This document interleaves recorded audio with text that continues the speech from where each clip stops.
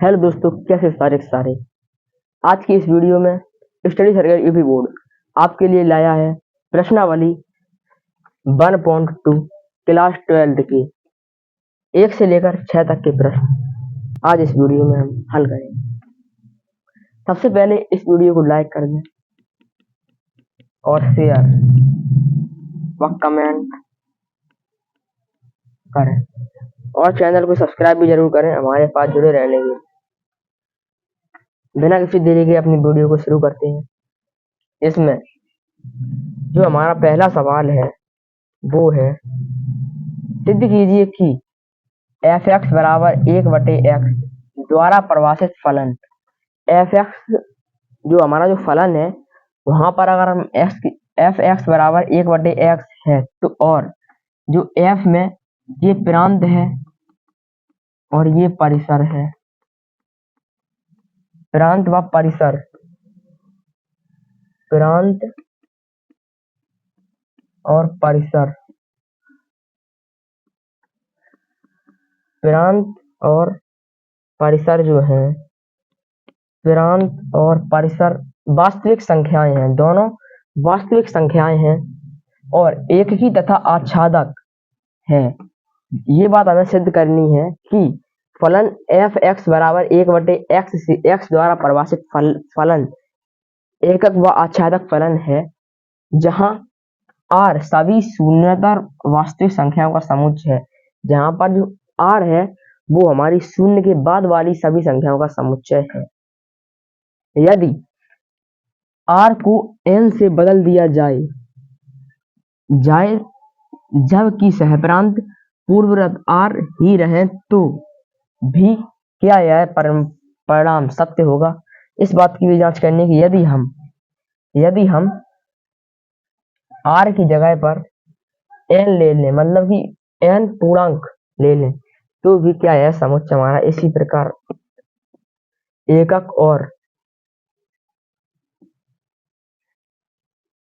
एकक और आच्छादक रहेगा। आइए देखें, बिना किसी देरी के शुरू हल करें अपने इस प्रश्न को। सबसे पहले जो हमें फलन दिया है, फलन जो हमें दिया है वो है एफ एक्स बराबर 1/x और जो समुच्चय है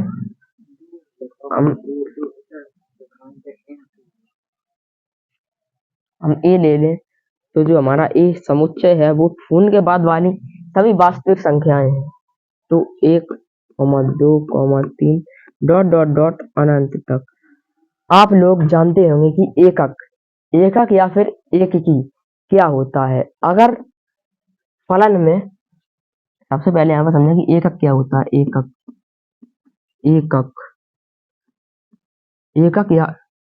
एकक या फिर एककी कुछ भी मान लो होता है, जहां पर हमारा फलन एफ एक्स जो होता है fx1 बराबर हो fx2 के, यानी कि x1 बराबर x2 हो।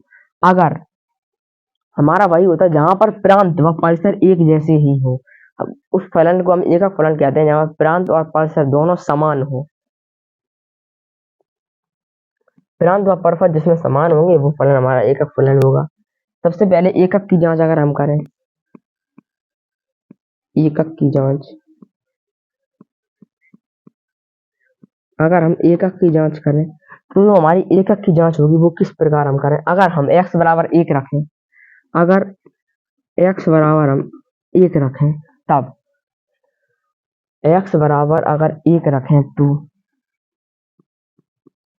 f1 बराबर 1/1, तो f1 बराबर 1, यानी कि यहाँ पर जो हमारा x1 बराबर x2 के होगा। अब अगर x बराबर 2 लें तब x बराबर 2, तो f2 इक्वल 1/2। अगर x बराबर 3 लें और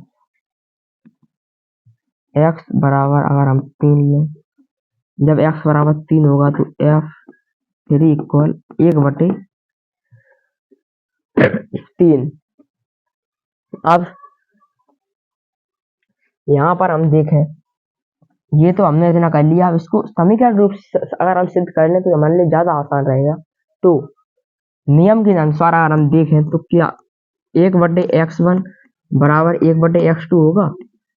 1/x1 बराबर 1/x2 होगा अगर यह संबंध फलन होगा तो तिर्यक गुणा अगर हम इसका करें तो x2 बराबर x1 हमें मिल गया। अतः यह संबंध हमारा एकक फलन है। अगर हम समीकरण रूप से करें तो ये प्रोसेस हमारी ज्यादा लंबी होगी, इसलिए इसको बता दो। यही प्रोसेस आप लोगों को इस प्रोसेस से ही इसे हल करना है।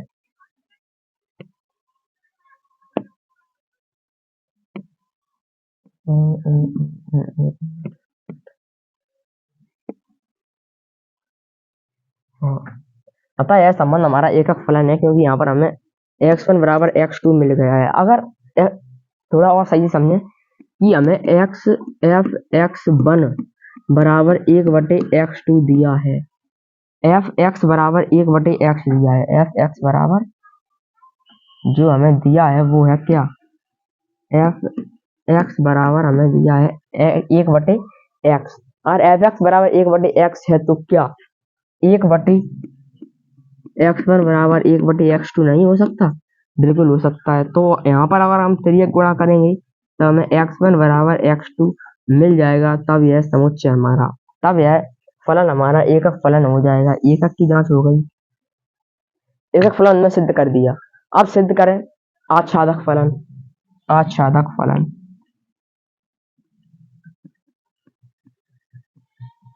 आच्छादक आच्छादक की जांच अगर हम करें, आच्छादक की अगर हम जांच करें तो आच्छादक में सबसे पहले हम कोई भी सहप्रांत बाई मान लेते हैं। कोई भी सहप्रांत बाई मान लेते हैं, हम सहप्रांत मानते हैं बाई। कोई भी सहप्रांत बाई मान ले, माना कोई सहप्रांत, कोई सहप्रांत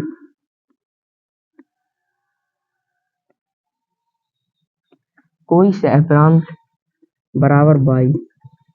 सहप्रांत हमें क्या दिया है, आर। कोई सहप्रांत अगर हम बाई मान लें तो प्रांत जो हमारा परस्पर क्या है, आर है, तो सहप्रांत भी आर होंगे। तो जो हमारा सहप्रांत हो गया वो क्या हो गया, बाई। तो अतः बाई जो है वो आर में होगा, बाई आर में होगा, क्योंकि प्रांत और परस्पर दोनों वास्तविक हैं तो सहप्रांत भी वास्तविक होगा। अब हमें इसमें कौन सी चीज ढूंढनी है, तब यह संबंध हमारा आच्छादक फलन हो जाएगा। आच्छादक फलन का मतलब होता है, आच्छादक फलन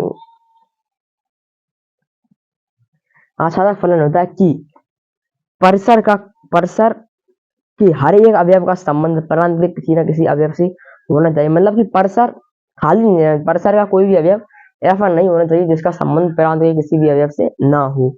तो बाई हमारा आर में है। अब हमें क्या ढूंढना है इसमें हमें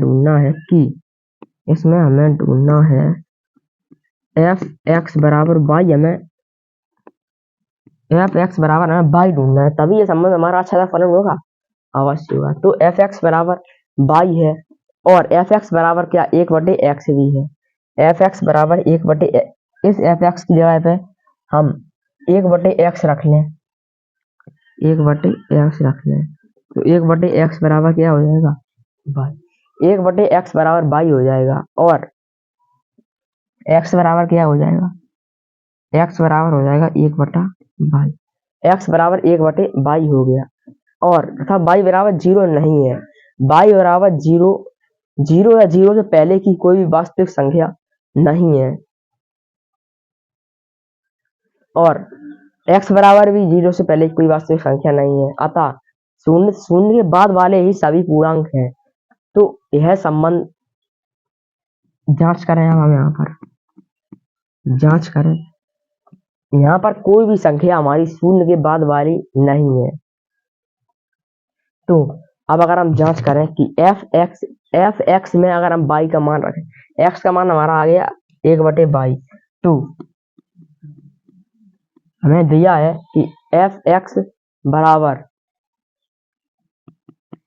एफ एक बटे वाई, एफ एक्स बराबर एक एक्स एक बटे वाई हो गया। तो अगर और यहाँ पर हम इसे इस प्रकार भी लिख सकते हैं एक अपॉन वाई, अगर एफ हटाएंगे तो यहाँ पर हमारा वाई आ जाएगा। अतः यह फलन हमारा आच्छादक भी है, आच्छादक है। इसी के साथ बढ़ते हैं अपने अगले सवाल की ओर बिना किसी देरी के। निम्नलिखित फलनों की एकक तथा आच्छादक गुणों की जांच कीजिए। इसमें हमें ये जानना है कि ये एकक और आच्छादक है या फिर नहीं है। पहला सवाल,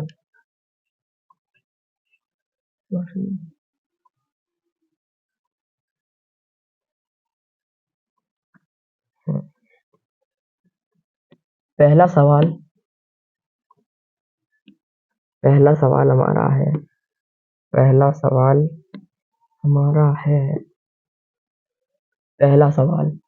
एफ एक्स बराबर एक्स स्क्वायर, जो हमें फलन दिया है वो क्या है।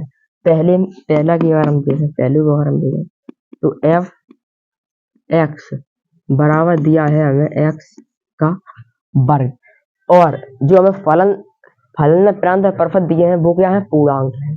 प्रांत और प्रतिशत पूर्णांक है, तो प्रांत हो गए, ये परिसर हो गए, तो ये दोनों क्या है, हमारे पूर्णांक हैं। अब अगर हम पूर्णांक लें तो क्या हो जाएंगे हमारे 1, 2, 3, 4, माइनस का 1, माइनस का 2, माइनस का 3, माइनस का 4, और शून्य भी होगा, शून्य भी इसमें होगा। यह हो गए हमारे पूर्णांक, इन्हें अनंत तक होते हैं, ये तो इनकी कोई सीमा ही नहीं है, माइनस में अनंत तक और प्लस में अनंत तक। अब इनका मान हम यहाँ पर रखें। सबसे पहले एकक की जांच अगर हम करें, अगर हम जांच करें किसकी, एकक की जांच अगर हम करें, इस प्रकार लिख दो -1, माइनस 0।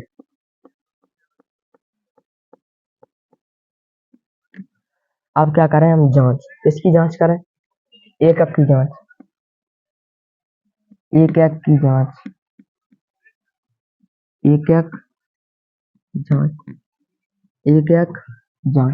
जांच यदि प्रांत और प्रतिशत दोनों समान होने चाहिए।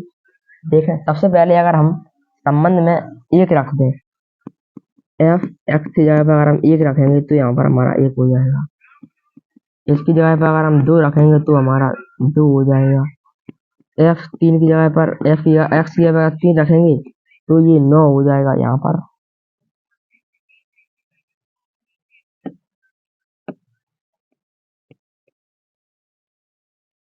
4 होगा, 4 करो 4, यहाँ पर होगा 4, क्योंकि एफ एक्स जो बराबर है वो किसकी है, एक्स स्क्वायर की।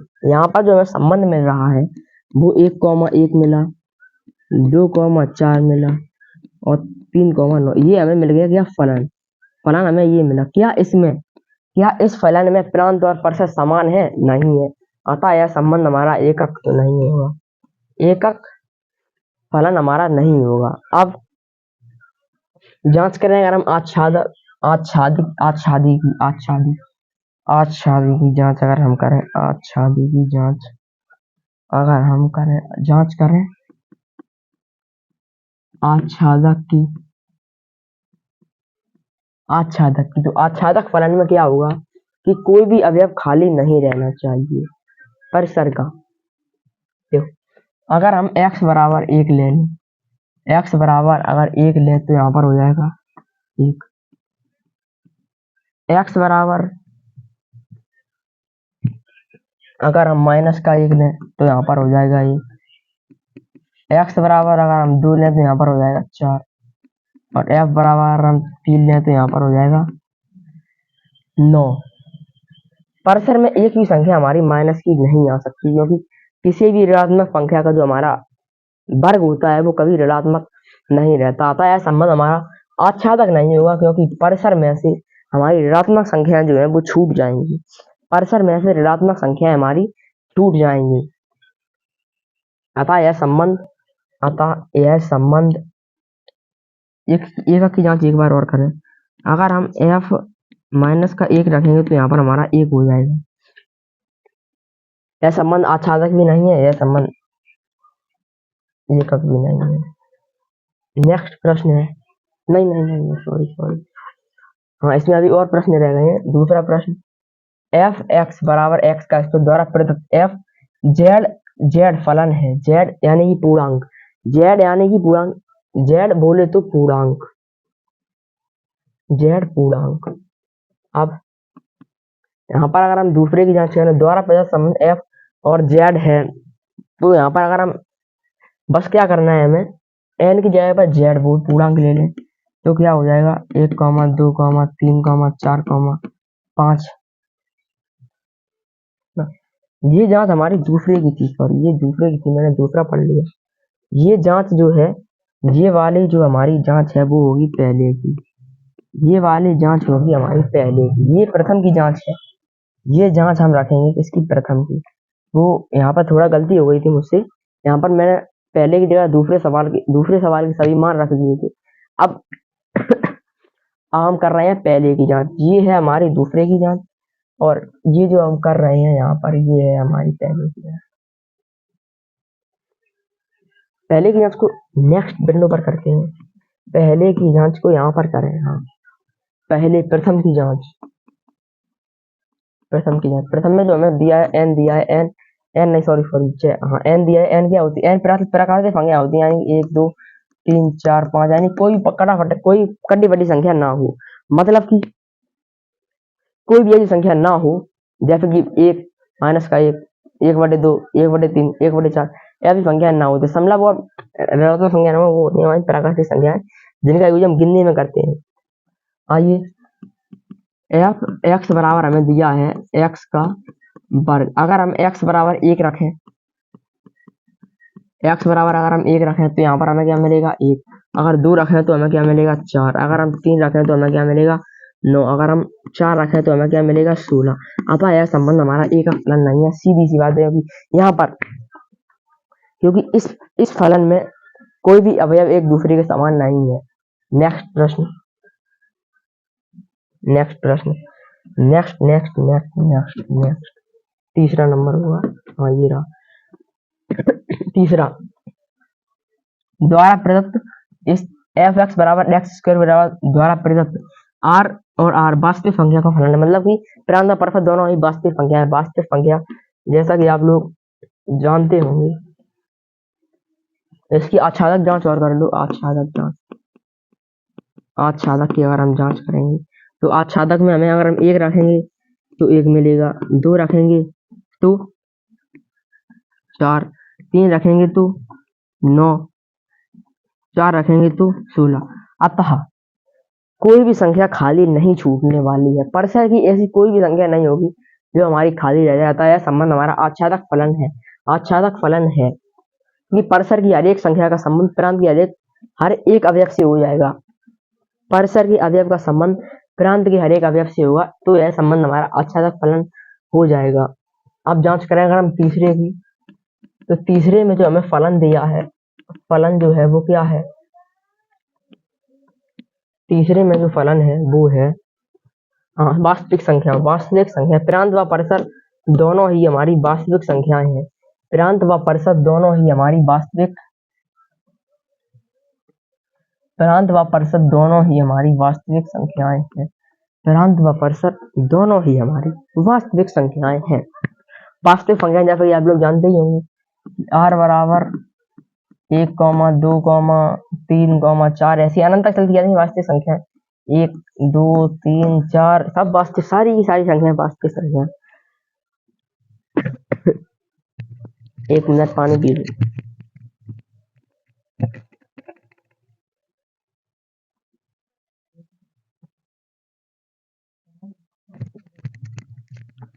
हाँ तो दूसरा सवाल हम फिर से करते हैं। अभी मुझे सर ने बताया कि ये सवाल मुझसे थोड़ी सी चूक हो गई थी, मैं भूल गया था इस प्रश्न में मुझे क्या करना है। दूसरा सवाल हम फिर से पूरा हल करते हैं, दूसरा प्रश्न हम फिर से हल करते हैं, पूरा का पूरा प्रश्न दूसरा फिर से हल करें। इसमें मुझसे थोड़ी सी गलती हो गई और मैंने इसमें सही से लिखा भी नहीं है, मैं थोड़ा जल्दी में था, इसलिए ये प्रश्न आप लोगों को सही से समझ में भी नहीं आया होगा। इस प्रश्न को हम दोबारा से करते हैं। हाँ, तो दूसरा प्रश्न हमारा क्या कहता है। अब इस प्रश्न को सही से थोड़ी अच्छी तरीके से समझेंगे। इसका जो हमारा पहला प्रश्न है, दूसरा को जो हमारा पहला है वो है एफ। हमें जो फलन दिया है वो पहले तो हम लिखें साथ एफ एक्स बराबर एक्स का स्क्वायर, और फलन के जो अवयव हैं वो दोनों ही हैं, क्या प्राकृतिक संख्या और प्राकृतिक संख्या, मतलब प्रांत व परिसर दोनों ही हमारी प्राकृतिक संख्याएं हैं। प्रांत व परिसर दोनों हमारी प्राकृतिक संख्याएं। प्राकृतिक संख्याएं क्या होती हैं? सबसे पहले देखेंगे प्राकृतिक संख्याएं होती क्या है। प्राकृतिक संख्या मतलब सारी की जितनी भी संख्या बने सारी प्राकृतिक संख्या। अब इस प्रश्न में हम देखें, इसे हम हल करें। माना कि एक प्राकृतिक संख्या हमारी ए है व दूसरी प्राकृतिक संख्या अगर हम बी मान लें, एक प्राकृतिक संख्या ए व दूसरी प्राकृतिक संख्या को अगर हम बी मान लें, एक प्राकृतिक संख्या को ए, अरे यार, ए और दूसरी को हम बी मान लें, तो यहाँ पर हमें दिया है अगर हम ए रखेंगे, अगर हम ए रखें तो क्या हो जाएगा ए का स्क्वायर। अगर हम बी रखें तो क्या हो जाएगा बी का स्क्वायर।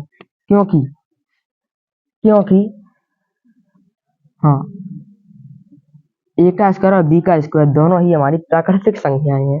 ए का स्क्वायर और बी का स्क्वायर हमारी दोनों ही संख्या हमारी प्राकृतिक संख्या है। तो यह फलन हमारा एक फलन हो जाएगा। एक की जांच कीजिए, किसकी जांच? एक फलन हो जाएगा। अब आच्छादक की अगर हम जांच करें, आच्छादक की अगर हम जांच करें तो यह फलन आच्छादक में भी हम एक्स और वाई मान लें, एक्स और वाई। हाँ, तो अगर हम यहाँ पर एफ एक्स रखेंगे तो यहाँ पे मिल जाएगा हमें एक्स स्क्वायर, वाई रखेंगे तो मिल जाएगा वाई का स्क्वायर। ठीक, ये चीज हमें मिल गई। तो यहाँ पर यह संख्या भी हमारी प्राकृतिक संख्या है, यही प्राकृतिक संख्या है, पर प्रांत के परिसर के कुछ ना कुछ अवयव हमारे खाली रह जाएंगे, अतः यह संबंध हमारा आच्छादक फलन नहीं है। अब हम ये चलो दूसरा प्रश्न जो हमारा है द्वारा एफ एक्स बराबर है किसके, एक्स स्क्वायर के, और जो हमारे प्रांत का परिसर है वो क्या है, जेड है। जेड मतलब पूर्णांक। जेड आप सभी लोग जानते हैं जेड क्या होता है, -1, -2, -3, -0, -1, -2, -3, ये सारे के सारे पूर्णांक होते हैं, वो हमारी संख्या होती है, वो होती है हमारी पूर्णांक। ये सारी की सारी संख्याएं होती हैं हमारी पूर्णांक। तो सबसे पहले हम अगर x बराबर -1 रखें, एक की जांच करें, एक की अगर हम जांच करें तो x बराबर अगर हम -1 रख लें तो यहाँ पर मिल जाएगा हमें 1।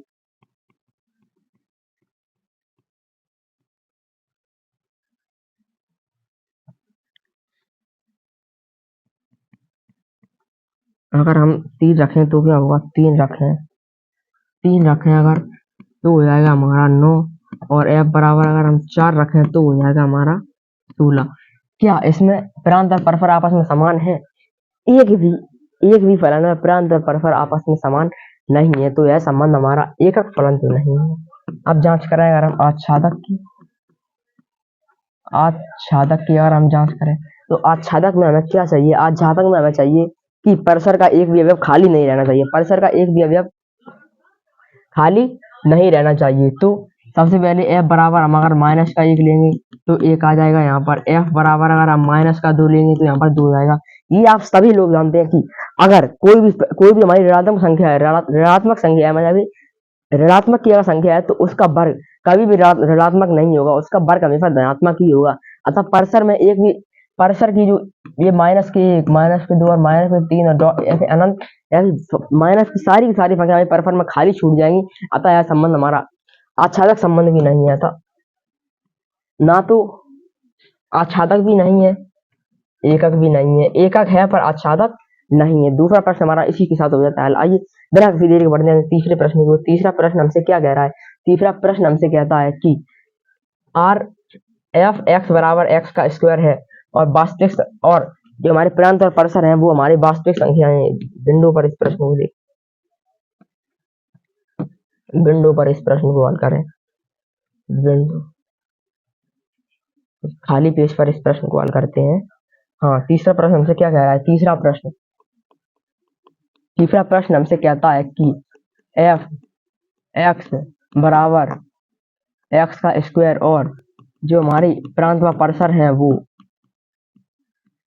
प्रांत और परसर हमारी वास्तविक संख्याएं ही हैं। सबसे पहले हम जांच करें अगर एकक की वास्तविक संख्याएं जो हमारी होती हैं सारी संख्याएं वास्तविक संख्याएं होती हैं। तो आइए जांच करें एकक की। अगर हम एकक की जांच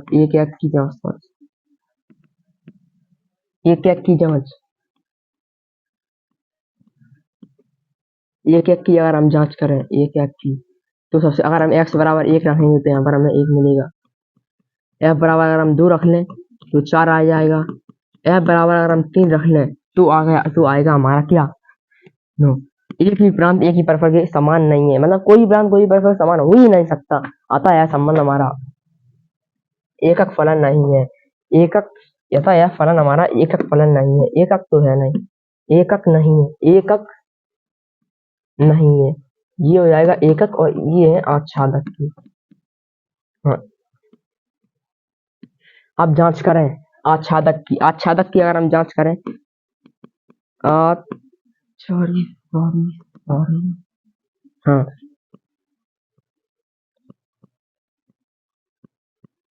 आच्छादक की अगर हम जांच करें तो आच्छादक में हम x बराबर 1 लें तो कितना आ जाएगा हमारा 1। f बराबर 2 लें 4, f बराबर 3 लें 9। अगर यहाँ पर अगर हम देखें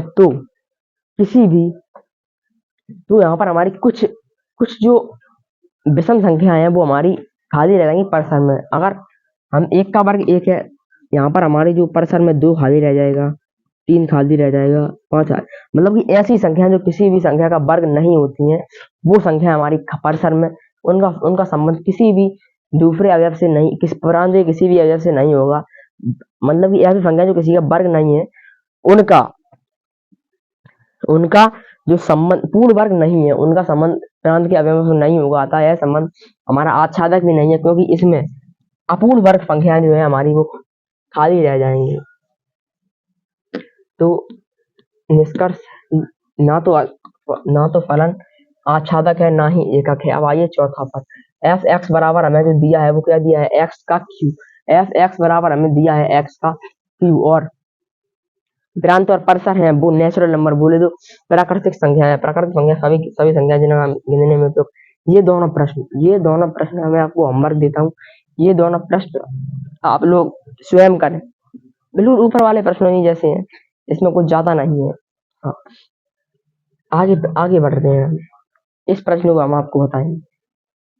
सिद्ध कीजिए कि एफ एक्स बराबर है एक्स के द्वारा प्रदत्त महत्तम पूर्णांक किसे कहते हैं? महत्तम पूर्णांकों का मतलब होता है कि ऐसा पूर्णांक, ऐसी संख्या जो कि ऐसी दशमलव संख्या, मतलब उदाहरण अगर 0.5 है तो 0.5 का महत्तम पूर्णांक 1, मतलब कि ऐसी दशमलव संख्या से बड़ी पूर्ण संख्या, दशमलव संख्या की सबसे छोटी पूर्ण संख्या, दशमलव संख्या के बाद वाली सबसे छोटी पूर्ण संख्या को महत्तम पूर्णांक कहेंगे। 0.5 का महत्तम पूर्णांक 1, 2.5 का महत्तम पूर्णांक 3, इन्हें महत्तम पूर्णांक कहते हैं। और फलन प्रांत व परसर दोनों वास्तविक संख्याएं हैं, ना तो एकांकी है ना ही आच्छादक है।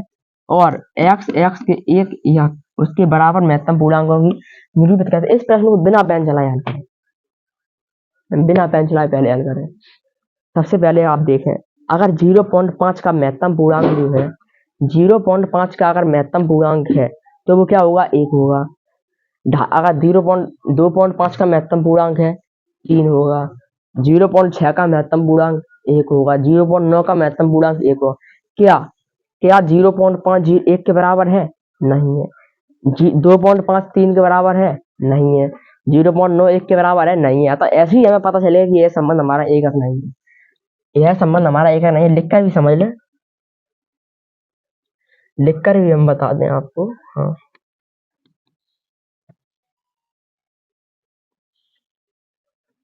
हाँ, तो सबसे पहले हम लें क्या, एफ एक्स बराबर क्या है, एक्स क्या है, महत्तम पूर्णांक, महत्तम पूर्णांक। अगर हम 5 लें, 0.5 लें तो हो गया हमारा 1। अगर हम 0.7 लें तो भी हो गया हमारा 1। इस प्रकार क्या 0.5 1 के बराबर है, नहीं है। 0.5 1 के बराबर है, नहीं आता है संबंध। यहीं से हमें पता चल गया, यहीं से पता चल गया कि एक अंक तो है ही नहीं, एक अंक तो हो ही नहीं सकता, एक अंक तो है ही नहीं, यानी एक जांच होगी, एक अंक नहीं है, एक अंक, एक अंक नहीं है। आप जांच करें आच्छादक, आच्छादक की। हाँ आच्छादक, आच्छादक, आच्छादक। आच्छादक की जांच करें। ये किसकी जांच थी, एक एक की, एक एक की। आप जांच करें आच्छादक की। अगर हम जांच करें आच्छादक में क्या हुआ, आच्छादक में अगर हम x बराबर 1 ले लें, नहीं नहीं x बराबर 1 नहीं हो सकता। x बराबर अगर हम 0.5 ले लें, 1 हो गया। अगर 0.6 ले लें, 0.6 ले लें तो 1 हो गया। यहाँ पर जो हमारे 0.0 मतलब कि 1 और 0 और 1 के बीच में जितनी भी संख्याएं हैं, वहां पर हमारे सबका, हर एक संख्या का जो महत्तम पूर्णांक होगा वो 1 ही होगा। 0 और 1 के बीच की जितनी भी हमारी दशमलव संख्याएं हैं, सबका महत्तम पूर्णांक 1 होगा। पर परंतु परिसर में हमें एक परिसर समुच्चय में एक संख्या को एक बार ही लिखा जाता है। तय संबंध हमारा आच्छादक फलन भी नहीं है। आच्छादक फलन में भी एक संख्या कई बार लिखी जाएगी, एक संख्या कई बार लिख जाएगी। अगला सवाल तो वह, तो यह फलन इससे हमारा सिद्ध होगा कि ना तो यह एकक है और ना ही आच्छादक है। एक्स एक्स कम, हाँ ठीक है, आगे चले। सिद्ध कीजिए कि एफ एक्स बराबर, इसे क्या कहते हैं, एक मिनट, मॉड्यूल। हाँ, एफ एक्स बराबर एक्स का मॉड्यूल। मॉड्यूल का मतलब होता है कि अगर इसमें आप धनात्मक संख्या लिखोगे तो अगर ये मॉड्यूल के बाद जाएगी तो धनात्मक ही जाएगी। अगर ऋणात्मक संख्या लिखोगे तो अगर वो मॉड्यूल से बाहर जाएगी तो वो हमारी धनात्मक ही रहेगी। यार जैसे 1 का मॉड्यूल अगर हम लें तो 1, और माइनस के 1 का भी मॉड्यूल, इसे कहते हैं मॉड्यूल। हाँ, द्वारा प्रदत्त मापांक फलन, फलन परस्पर वास्तविक संख्या है, तो ना तो एकांकी है और ना ही आधार। सिद्ध करना कि यह फलन ना तो एकांक है और ना एकक है, ना ही आच्छादक है। सिद्ध करें। और x यदि x धन या शून्य है, x और x, धन या शून्य भी हो सकता है, और माइनस के x यदि x ऋण है। सिद्ध करें, आइए। हाँ, सबसे पहले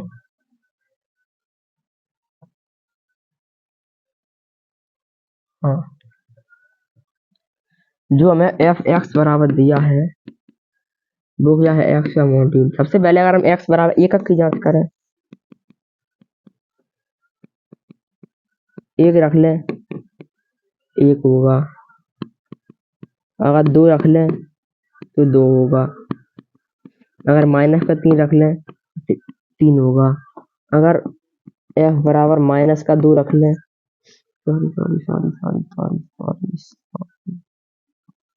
f माइनस के 2 रख लें तो 2 होगा। यहाँ पर हम अगर x में x की जगह जितनी भी ऋणात्मक संख्या लेंगे उन सबका पर, अगर हम प्रांत को अगर हम लेते हैं एक ऋणात्मक संख्या तो उसका परफत धनात्मक होगा। तो ये ऋणात्मक और धनात्मक संख्या आपस में समान नहीं हो पाएंगे, अतः यह संबंध हमारा एकक फलन नहीं है। ये बात हमारी सिद्ध हो गई, एकक तो हमारी सिद्ध हो गई। आप सिद्ध करें हम आच्छादक की।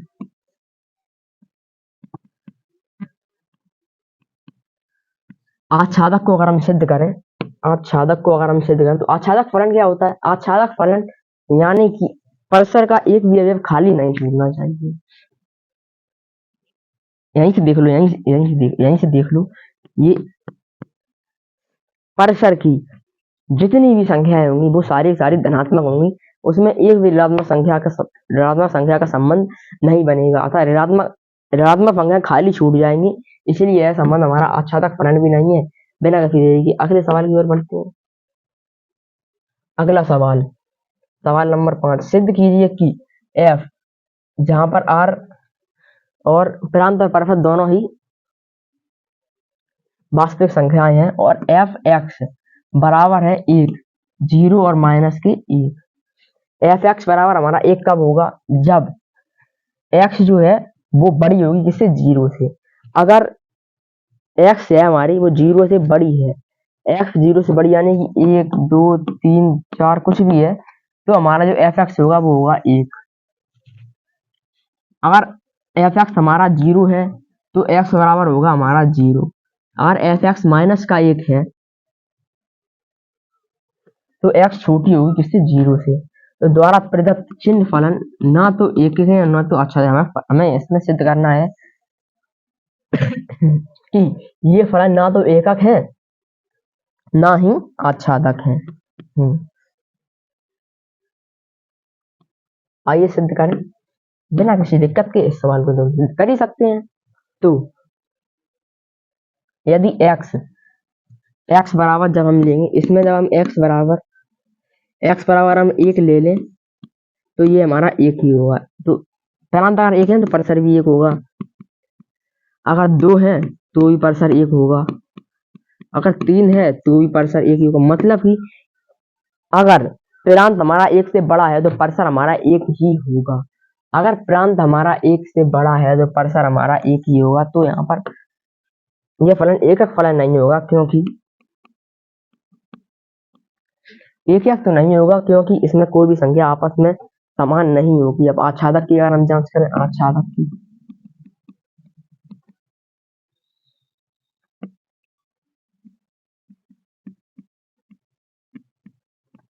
आच्छादक तो आच्छादक क्या होगा? आच्छादक में हम ले लें, क्या ले लें? हाँ, आच्छादक में अगर हम x बराबर 1 रखते हैं तो 1, अगर 2 रखते हैं तो 2, माइनस का 2 रखते हैं तो माइनस का 1, अगर माइनस का 3 रखेंगे तो भी माइनस का 1। अतः इसमें परसर में 1, 0 और 1 के अलावा कोई भी दूसरी संख्या नहीं आएगी, यानी कि 1, 0 और माइनस के 1 छोड़कर 2, 3, 4, 5 और इधर माइनस का 1, माइनस के 2, माइनस की 3 संख्या नहीं आएगी। अतः यह संबंध हमारा आच्छादित फलन है। मतलब कि इन तीनों संख्याओं को छोड़ के बाकी सभी संख्या परसर में खाली रह जाएंगी, अतः यह संबंध हमारा आच्छादक फलन नहीं होगा। हाँ, छठवां, मान लीजिए कि ये हमारी इस वीडियो का लास्ट सवाल है। इसके आगे सवाल हम आगे करेंगे। और वीडियो को जिस भी बच्चे ने वीडियो को लाइक नहीं किया है वो वीडियो को लाइक व चैनल को सब्सक्राइब जरूर कर ले, चैनल को सब्सक्राइब जरूर कर ले। ये बराबर दिया है 1, 2, 3, बी बराबर दिया 4, 5, 6 और फलन जो दिया है, फलन दिया है 1, 4, 2, 5, 3, 6। ए बी को सिद्ध फलन, ए से बी तक एक फलन है, सिद्ध कीजिए कि फलन एकक है। इसमें हमें सिद्ध करना है कि यह फलन हमारा एकक फलन है। यह फलन जो है वो हमारा एकक फलन है, एकक फलन है, एकक फलन है। ए बराबर 1 ले लें तो बी बराबर 4 होगा। हाँ, अगर ए बराबर 5 ले लें, सॉरी 2 तो 5, 3 तो 6। 1 और 4 के बीच 3 का अंतर, 2 और 5 के बीच 3 का अंतर, 3 और 6 के बीच 3। अतः हमारा जो r है वो है यहाँ पर 3, संबंध है हमारा 3। तो जाहिर सी बात है अगर संबंध हमारा सबके बीच में संबंध हमारा समान ही है तो अंतर तीन अंतर, तीन का अंतर हो गया, है ना। तो यह संबंध हमारा एकक फलन हो जाएगा, क्योंकि इसमें जो हमारे अंतर है वो समान है, और जिनके अंतर समान होते हैं वो फलन हमारा एकक फलन होता है। इसी के साथ इस वीडियो को करते हैं हम समाप्त। इसी के साथ यह वीडियो हमारी यहीं पर समाप्त होती है। इसके आगे का सवाल अगले लेक्चर में करेंगे हम।